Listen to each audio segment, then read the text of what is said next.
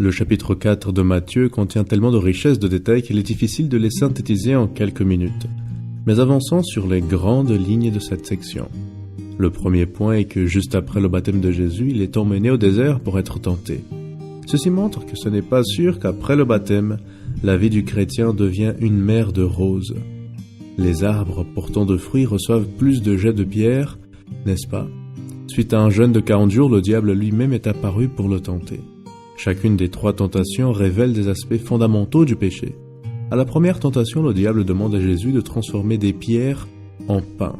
L'objectif, c'était d'amener Jésus à utiliser ses pouvoirs à son propre bénéfice. La réponse de Christ est intéressante. Au verset 4, nous lisons.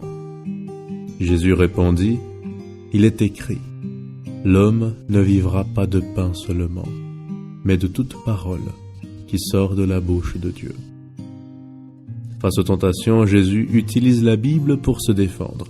Il cite des passages du Deutéronome, le livre qui raconte justement l'histoire du peuple d'Israël dans le désert. Comme Jésus a utilisé la Bible, le diable a aussi décidé de l'utiliser. Au verset 6, il dit « Il lui dit, si tu es le Fils de Dieu, jette-toi en bas, car il est écrit, il donnera des ordres à ses anges à ton sujet, et ils te porteront sur les mains, de peur que ton pied ne heurte contre une pierre. » On voit bien comment il est question d'un diable religieux qui connaît la Bible. Il cite une partie du psaume 91. Cependant, le texte est hors du contexte.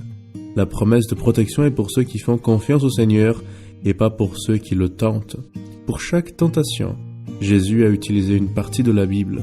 La parole de Dieu était son arme. Et celle-ci, c'est la seule défense que nous pouvons avoir encore aujourd'hui contre les tentations. Comme a bien déclaré le prédicateur maudit, « Soit ce livre m'éloigne du péché, soit le péché m'éloigne de ce livre. »